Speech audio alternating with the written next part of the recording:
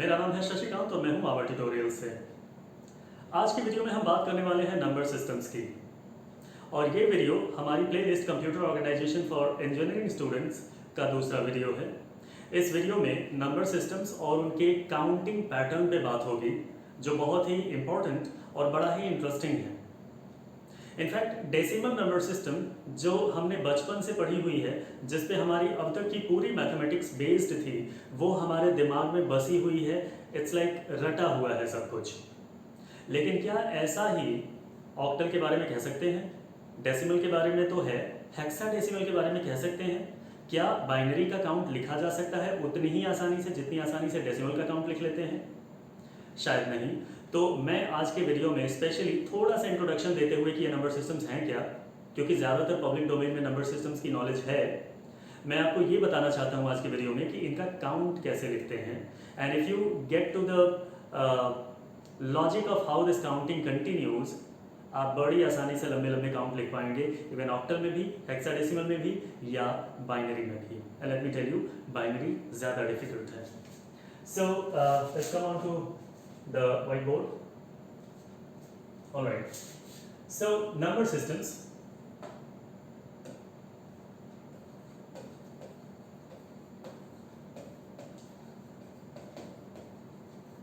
चार तरह के हैं।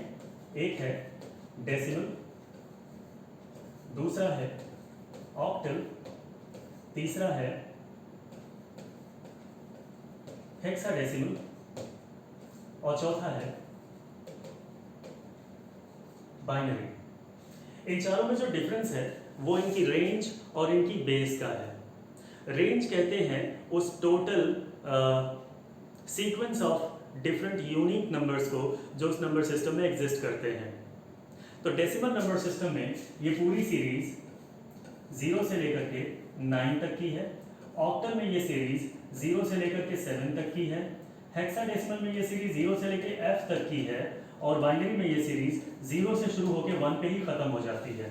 तो इसमें दो नंबर सिस्टम्स ऐसे हैं जो अपनी रेंज को लेकर के बड़े पिक्यूलियर हैं।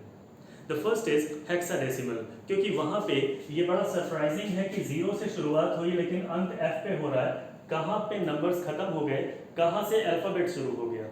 सो लेट मी टेल यू, ये रेंज असल में 0 to 9 है and then from A to F है। It looks like P, so let me correct it. F. So 0 to 9 और A to F, ये बनता है 0 to F। तो ये है हेक्साडेसिमल की रेंज। और बाइनरी की रेंज पिक्यूलियर क्यों है? क्योंकि इसमें दो ही संख्याएं हैं, ये 0 से शुरू होकर 1 पे खत्म हो जाती है और यही बात इस नंबर सिस्टम को सबसे ज़्यादा कॉम्प्लिकेटेड बनाती है। So let us now talk about base.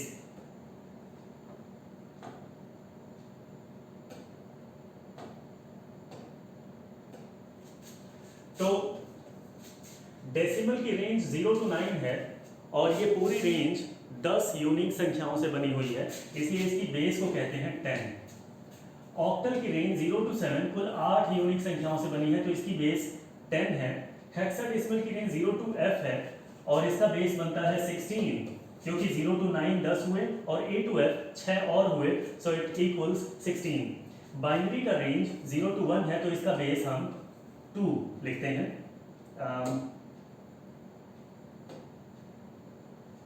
Alright, तो बाइनरी का बेस लिखते हैं 2। तो डेसिमल नंबर सिस्टम की रेंज उसका बेस, ऑक्टल की रेंज उसका बेस, हेक्साडेसिमल की रेंज उसका बेस और बाइनरी की रेंज और उसका बेस। ये है नंबर सिस्टम के फंडामेंटल्स। दरअसल बेस का नॉलेज होना इसलिए ज़रूरी है कि वही उस नंबर सिस्टम में संख्याओं की प्लेस वैल्यू डिफाइन करता है।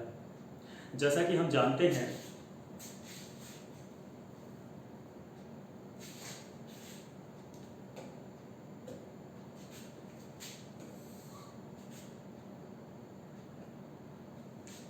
अगर मैं डेसिमल नंबर सिस्टम की कोई संख्या लिखूं तो यहां हमें पता है कि दिस इज 2798। वाई 2000? क्यों इसे 700 कह रहे हैं, क्यों 90 कह रहे हैं और क्यों 8 कह रहे हैं? इसे 8972 क्यों नहीं कह रहे या कुछ और क्यों नहीं कह रहे?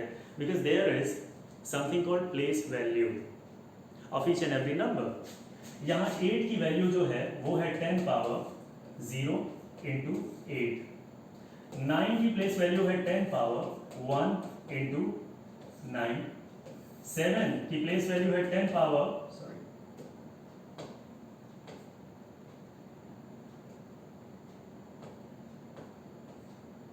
10 पावर 2 इंटू 7 और 2 की प्लेस वैल्यू है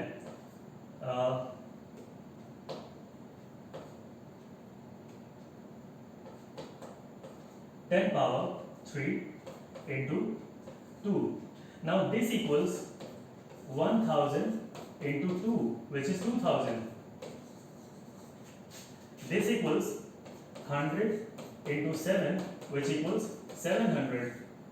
This equals 10 into 9, which equals 90.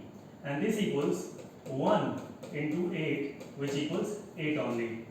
Now if you sum up all these numbers, अगर आप इन चारों को सम करें, you will get 2798. अब ये जो प्लेस वैल्यू है इनकी, ये प्लेस वैल्यू किसके पावर में बताई गई?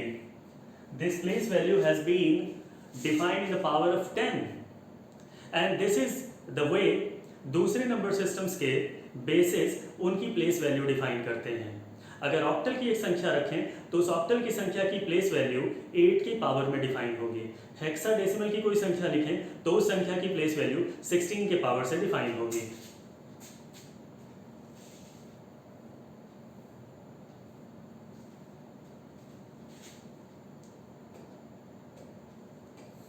Let me show you.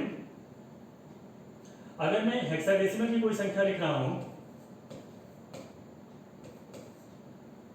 ये हेक्साडेसिमल की एक संख्या है. इस संख्या की प्लेस वैल्यू कैसे डिफाइन हो रही है? D is on the place of 16 power 0 into D, A 16 power 1 into A, और 3 है 16 पावर 2 इंटू 3. तो यहां पे प्लेस वैल्यू डिफाइन हुई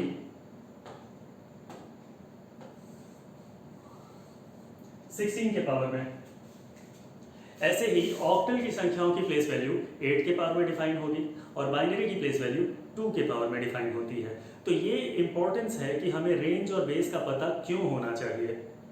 बहुत इंपॉर्टेंट है. अगर आप रेंज और बेस दोनों में से किसी को भी इग्नोर करते हैं, you will fall in trouble.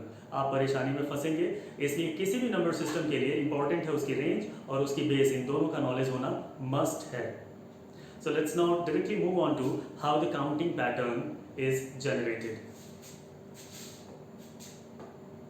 तो अगर मैं बात करूं पहले डेसिमल की, तो डेसिमल नंबर सिस्टम का जो काउंट है वो जनरेट होता है कुछ इस तरह से कि जब हम 0 से 1 पे आते हैं, 1 से 2 पे आते हैं, 3 पे आते हैं और इस तरीके से हम 9 पे आते हैं.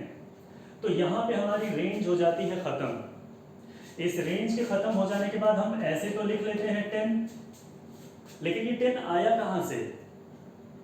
ये 10 आया है प्लेस वैल्यू के गेम से. लेट्स लुक एट कि वो प्लेस वैल्यू का गेम था क्या जिसकी वजह से 9 10 में बदल गया.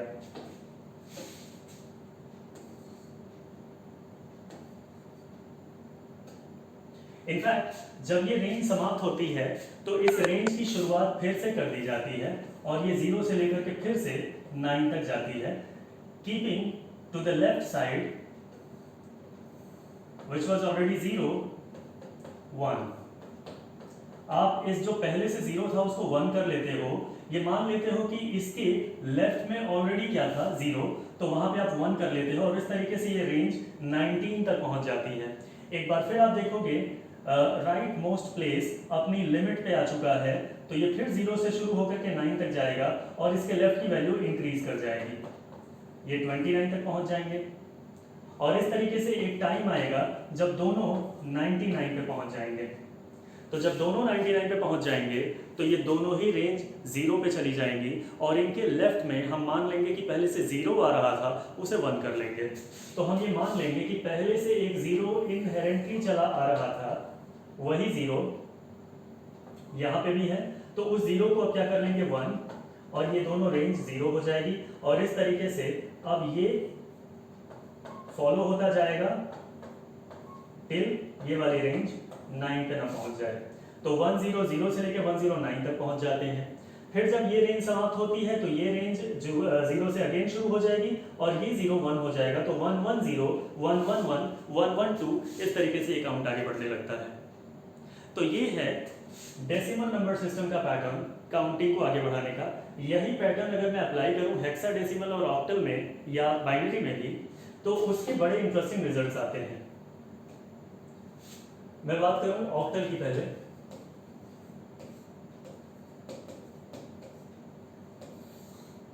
तो ऑक्टल का पैटर्न भी कुछ ऐसा है कि मैंने अगर 0 से शुरुआत करके और इसे f तक पहुंचा लिया, सॉरी f तो नहीं होना चाहिए, यहाँ पे 7 होना चाहिए।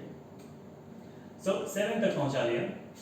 अब ये रेंज तो हो गई खत्म। इसके बाद क्या होगा, तो हम ये मान लेंगे कि इसके लेफ्ट में ऑलरेडी एक 0 आ रहा था, वो अब क्या हो जाएगा 1, और ये रेंज अगेन 0 से शुरू होकर के कहाँ तक पहुंचेगी, ये 1 कंटिन्यू होगा और ये 0 पहुंचेगा 7 तक। तो ये 17 तक पहुंचे। 17 के बाद 18 आने का सवाल ही पैदा नहीं होता, क्योंकि 8 ऑक्टल नंबर सिस्टम का पार्ट ही नहीं है। तो 17 की वही पोजीशनिंग है, कुछ वैसा ही है जैसे आप डेसिमल में 19 पे पहुंच जाते थे। तो उसके बाद अब आप इस लेफ्ट वाले को इंक्रीज करके 2 कर लेते हो और ये फिर से 0 हो जाता है and again it goes up to 27। 27 की वही पोजीशनिंग है कुछ हद तक जैसी आप अपने डेसिमल नंबर सिस्टम में 29 को देखते थे। वहां भी 9 पे रेंज खत्म हो रही थी, यहाँ 7 पे रेंज खत्म हो रही है। तो फिर अब क्या करेंगे, 2 को बदल के 3 कर लेंगे और 7 को 0 कर लेंगे और ये फिर 30 से लेकर के 37 तक हो जाएगा। ये चीज और आगे बढ़ते बढ़ते एक टाइम आएगा जब 7 पे पहुंच जाएगी। 7 पे जब ये रेंज पहुंचेगी तो ये वही पोजीशनिंग है जो डेसिमल में आपके 99 जैसा कुछ था। तो जब आप 7 पे आ जाते हो तो आप 2 डिजिट्स में रेंज पूरी कर चुके हो। अब आपको लेफ्ट में तीसरी डिजिट का स्पेस बनाना पड़ेगा। तो आप पहले से मान लोगे कि एक 0 इनहेरेंटली चला रहा था जो अब 1 होगा और ये दोनों रेंज 0 हो जाएगी। अब आप 2 रेंजेस को एक साथ तो बढ़ाते नहीं हो, तो आप लेफ्ट की दोनों चीज़ों को कंटिन्यू करोगे और ये 0 से लेके 7 तक पहुंचेगा। तो 100 से 107 तक पहुंचेंगे। 107 तक जाने के बाद 7 तो अपनी रेंज पूरी कर चुका, तो ये 0 1 में बदल जाएगा और ये 110 हो जाएंगे और ये 110 से फिर पहुंचेंगे 117 तक। So this is how this count continues. तो एक समय आएगा जब 777 हो जाएंगे। जब 777 हो जाएंगे तो इनके लेफ्ट में एक और 0 ऊपर से कंटिन्यू होता हुआ आएगा और इवेंचुअली वो 0 1 में कन्वर्ट होगा और 1000 हो जाएगा। सो 1000 के बाद जो सबसे आपका राइट मोस्ट 0 है वो फिर से 0 to 7 जाएगा, कीपिंग 100 एज इंटैक्ट। तो इस तरीके से ये काउंटिंग पैटर्न आगे चलता चला जाएगा। एक टाइम आएगा जब आप 7777 पे पहुंच जाएंगे, तो उसके बाद फिर आप वही काम करेंगे। लेफ्ट साइड में एक 0 कंटिन्यू होता हुआ आएगा ऊपर से, जिसको आप 1 कर लोगे। तो इस तरीके से ये काउंट आगे बढ़ता चला जाएगा इनफाइनाइट तक। ऐसे ही अगर हेक्साडेसिमल की बात करना चाहें,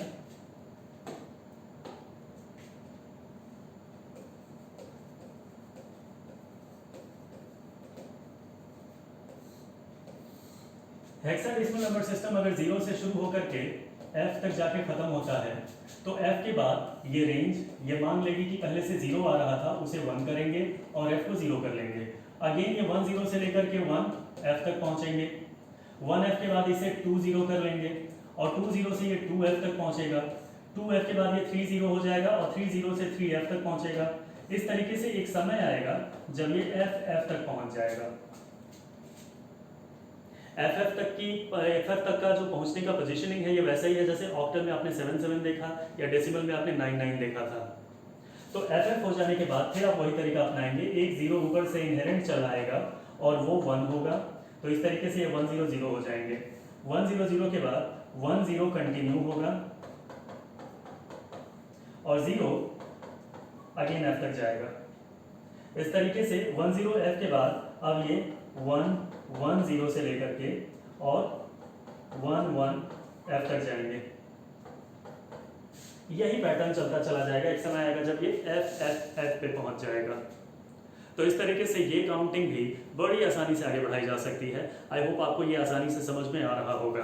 प्लेस वैल्यूज का गेम है सारा। सो बहुत इंपॉर्टेंट है कि आप इनकी पोजीशनिंग कैसे बदल रही है वो देखते चले जाएं। अब अगर मैं आऊं बाइनरी में, यहीं पे सबसे ज्यादा मुश्किल आती है, क्योंकि बाइनरी नंबर सिस्टम का रेंज बहुत ही छोटा है। इसकी रेंज दो ही संख्याओं में है, एक पे रेंज शुरू होती है, दूसरे पे रेंज खत्म हो जाती है। तो बहुत जल्दी जल्दी आपको पोजिशनल वैल्यूज शिफ्ट करनी पड़ती हैं। इसकी शुरुआत होगी 0 से और फिर आएगा 1 पे रेंज इसकी खत्म हो गई, तो ये मानते हुए कि पहले से 0 आ रहा था, हम यहाँ 1 कर लेंगे और ये फिर से 0 होगा, ये 1 कंटिन्यू होगा और ये 0 अपनी रेंज पूरी करेगा। ये 0 अपनी रेंज जब पूरी कर चुका है तो इसके बाद ये वाला 1 और ये वाले 1, ये दोनों अपनी रेंज पूरी कर चुके हैं। तो हम ये मान लेंगे कि पहले से कुछ 0 था जो चला आ रहा था, ये 0 1 होगा और ये दोनों 0 0 हो जाएंगे। इस तरीके से फिर क्या होगा कि ये 1 0 कंटिन्यू होंगे 1 0 के रूप में और ये 0 1 तक आएगा। तो 1 0 0 के बाद ये 1 0 1 बनेगा। 1 0 1 के बाद आप देखते हैं कि ये रेंज पूरी हो गई, ये रेंज अभी आगे बढ़ सकती है, तो ये आगे बढ़ेगी, ये 1 कंटिन्यू करेगा, इसे कर लेंगे 1 और ये फिर से 0 से शुरू होकर के 1 तक जाएगा। तो 1 1 1 पे पहुंच गए। 1 1 1 वैसा ही है जैसा डेसिमल में 999 था, ऑक्टल में 777 था, हेक्साडेसिमल में FFF था। तो अब इसके बाद आप आगे कहाँ जाएंगे, तो आप ये मान लेंगे कि पहले से एक 0 चलता चला आ रहा था जो अब 1 होगा और ये तीनों 0 हो जाएंगे। एंड दिस वे ये तीनों 1 0 0 कॉपी होंगे और ये 0 1 में बदल जाएगा। फिर आप देखते हैं ये रेंज पूरी हो गई, तो इसके लेफ्ट वाले को इंक्रीज करना है, तो 1 0 कॉपी होता है, ये 0 1 में बदलता है और ये 1 फिर से 0 से 1 की रेंज पूरी करता है, तो ये संख्या बनती है। इसके बाद ये 0 इंक्रीज करेगा क्योंकि इसके राइट साइड की वैल्यू अपनी रेंज पूरी कर चुकी है, तो ये हो जाता है 1 1 और ये दोनों 0 हो जाते हैं। फिर ये कॉपी होता है, ये अपनी रेंज पूरी करता है और उसके बाद जब ये रेंज पूरी कर चुका तो इसके लेफ्ट वाले की भी रेंज पूरी होगी, तो 1 1 1 और फिर से ये 0 and again 1 1 1 1। This is how the counting moves on. तो ये बाइनरी के काउंट को लिखने की प्रक्रिया है। हालांकि ये बहुत कॉमन सी बात है कि कंप्यूटर साइंस में ज़्यादातर बाइनरी से ही डील करना है, तो बाइनरी के काउंट को आप इस तरीके से समझ लें या फिर इसका एक बड़ा कमाल का शॉर्टकट है, आप उस तरीके से भी समझ लें। बाइनरी के शॉर्टकट की बात अगर मैं करूं तो बाइनरी में यूजुअली हम पहले से ही एक अज्यूम कर लेते हैं कि हमें कितनी संख्याओं का काउंट लिखना है। तो अगर हमें 3 बिट का काउंट लिखना है तो हमें एक फार्मूला चला लेना है कि 3 बिट्स से टोटल कितने काउंट जनरेट होंगे। बाइनरी का बेस क्या है, बेस पावर बिट्स। तो बाइनरी का बेस है 2 और बिट कितनी है 3, तो काउंट कितने जनरेट होंगे 8। तो अगर 8 काउंट जनरेट होंगे तो सबसे इंपॉर्टेंट है कि जो सबसे लेफ्ट में है आप उसको 4 0 और 4 1 कर लें। इसके बाद आप इस 4 के आधे करें तो 2 0 2 1 2 0 2 1 कर लें और इसके बाद जब आप राइट में बढ़ते हैं तो इन 2 का भी आधा करें और 0 1 0 1 0 1 0 1 कर लें। This way also you get all 8 combinations of binary numbers. तो आपने 3 डिजिट का काउंट लिख लिया। ऐसे ही अगर आपको 4 डिजिट का काउंट लिखना है तो आप सबसे पहले 2 to the power 4 करें, जिससे आपको एक कैलकुलेटेड वैल्यू आ जाती है 16, जिसका मतलब है कि 4 डिजिट से 16 काउंट बनेंगे। तो जब 16 काउंट बनेंगे तो जो सबसे लेफ्ट वाली संख्या है उसको 8 0 8 1 करें, उसके राइट वाले को 4 0 4 1 4 0 4 1 कर लें, फिर उसके राइट वाले को 2 0 2 1 2 0 2 1 कर लें और उसके राइट वाले को 0 1 0 1 0 1 0 1 कर लें। इस तरीके से आप 16 काउंट आसानी से जनरेट कर सकते हैं।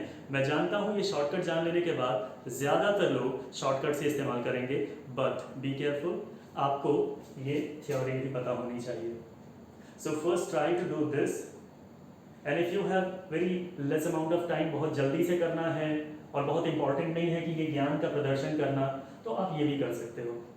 But as far as your skill is concerned, as far as your knowledge is concerned, आपको पैटर्न समझना चाहिए कि काउंट लिखते कैसे हैं। तो इस वीडियो को इत्मीनान से आपको मल्टीपल टाइम्स देखना पड़ सकता है, but try to do this and make it sure कि आप ये पूरा काउंट लिख पाएँ अलग अलग नंबर सिस्टम्स में। सो आज की वीडियो सिर्फ इसी बारे में थी कि हम अलग अलग दूसरे नंबर सिस्टम्स में भी काउंट कैसे लिख पाएँ ताकि हमारी आगे की इंजीनियरिंग आसान हो जाए। Let's hope for the best, और मैं उम्मीद करता हूँ कि आप तीनों नंबर सिस्टम्स के काउंट आसानी से लिख पाएंगे। अगले वीडियोस में हम बात करेंगे और आगे के टॉपिक्स को, स्पेशली अब इसके आगे हम लॉजिक गेट्स की शुरुआत करने वाले हैं। सो अगले वीडियो हमारी लॉजिक गेट्स की होने वाली है। एंड जो हमारा पिछला वीडियो था वो था वॉन न्यूमैन आर्किटेक्चर का। आपने उसे काफ़ी देखा, समझा और कई सारी जो जानकारी आपने प्राप्त की हैं, और आगे के वीडियोस में भी हम ऐसे ही इंटरेस्टिंग फैक्ट्स रखते रहेंगे। सो थैंक यू, मिलते हैं अगले वीडियो में।